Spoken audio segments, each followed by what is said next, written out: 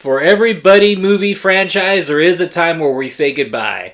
And for Eddie Brock and Venom, it's no different. But is it really a goodbye, or is it more of a check you later?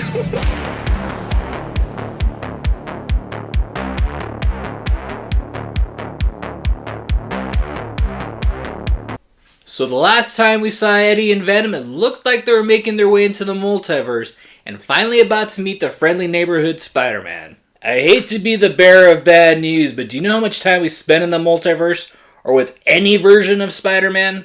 0. Zip! Hell, the name Spider-Man is not even mentioned in this movie, and it's really weird considering the last time we saw Venom, he was really obsessed with Spider-Man. Eddie and Venom are back in their timeline, and Venom is letting Eddie know about a potential big threat. Knoll. Venom is letting Eddie know about Knoll, who is also the creator of the symbiotes, but he's also telling him, hey, he's been in prison this entire time, but it looks like he might be making his way out.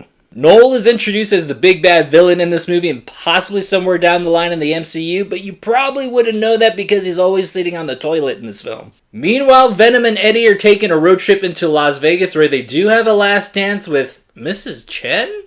Huh, what are the odds of that actually happening?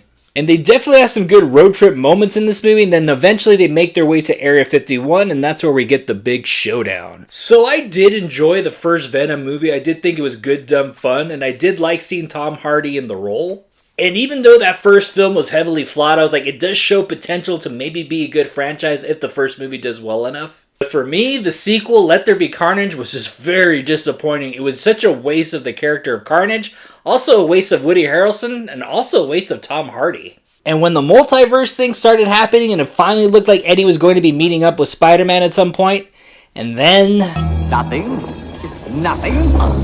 Nothing, tra-la-la. However, Venom 3 actually has some sprinkles of some really good moments. There's some really good chemistry between Eddie and Venom. We get some pretty good action sequences, and not to mention we get some random characters that we meet that are actually likable.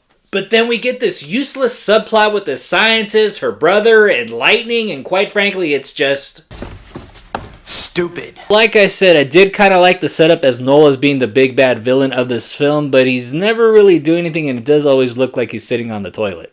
I was really digging the last half of the movie where the big action sequences are taking place, and even though it contradicts the lore of the characters, I'm just a sucker for Area 51 and desert locations. You know, sometimes the CGI looks pretty good, and then sometimes it just looks okay. Now, this might just be a me thing, but I did really wish they had a really tall guy in a Venom suit just to make it look more real. We've had some really tall men in alien suits before, and it looked pretty freaking awesome. But dude, we even had a movie back in the 90s where it looked like it was an alien or maybe a demon, but it looked a lot like Venom, but it was wearing sunglasses, and it looked pretty convincing on camera. Venom 3, The Last Dance, it's definitely not terrible, it's not amazing either, and it does have some really good moments, but it does show a lot of wasted potential. And to be fair, the wasted potential could be because the filmmakers had their hands tied behind their backs due to the studios like Sony and Disney and the ownership. I might be alone on this, but I really do like Tom Hardy as Eddie Brock, and I really do hope we get to see him in the near future taking on Spider-Man. My rating for Venom Last Dance, well, it's definitely worth streaming at home, especially if it's at a cheap price.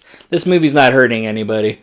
Alright, did you see Venom Last Dance? Are you a big fan of this franchise? Are you a fan of the comics? Were you disappointed how Knoll was portrayed in this movie? Please comment below and let me know. Also, do you think Venom and Spider-Man will finally meet in the MCU? Comment below and let me know what you think about that. Alright, so hopefully my review was fair and honest, and please don't forget to hit like and subscribe. I'm Mike the Movie Misfit. No overhype, no bullshit, just movie chatter. And I'll see you at the movies. Eddie, I need more money.